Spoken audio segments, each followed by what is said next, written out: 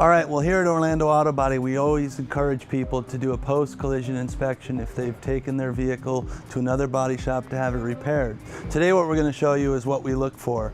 Now this is an extreme case, but we do see them. So we got this car in, we removed the bumper cover to find that there's a lot of damage that was not repaired or repaired correctly. What we noticed when we popped the bumper cover on this particular repair is that the tie bar was not fastened to the apron correctly, and that of course led us to removing some additional parts where we found that the frame rail had some damage, the welds on the core support were not done correctly, there's some pieces that are still loose.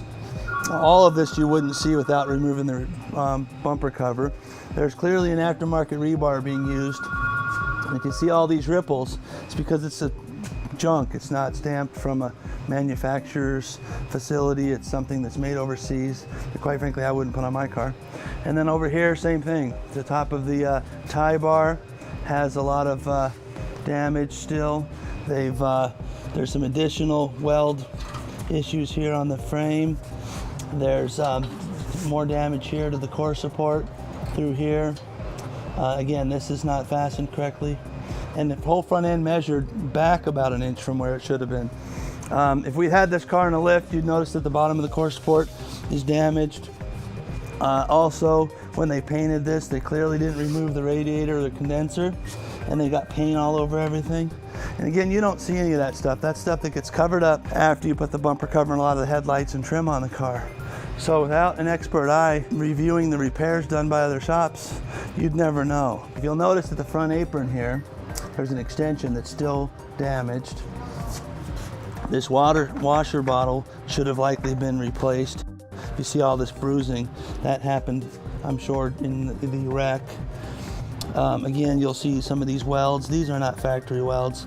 This welds along the side of the frame rail, not on the top of the frame rail. This car will never act the same that it would if had it been fixed properly in another accident, which then puts your family at risk. And it's definitely not a safe repair. There's some frame damage on the left rail. So the frame is still back a little bit, and there's some damage that, quite frankly, they should have put front section on this frame. This car was complete when it came in. Scary. There's what's called an energy absorber, a styrofoam piece that goes on the front of this, and it wasn't even on the repair. They left it off completely. Likely somebody did it to cut corners and make more money. Management at the shop wasn't paying attention, so the technicians got away with doing the job quicker to make more money on their paychecks.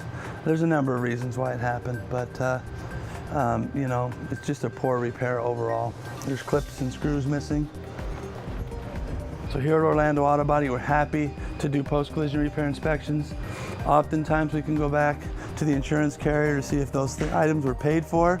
If they were paid for, then we go to the collision shop that repaired it, get them to pay us to repair it correctly, or get the insurance company involved to pay for things that were not approved that should have been, and we can work together with them to get the car repaired properly.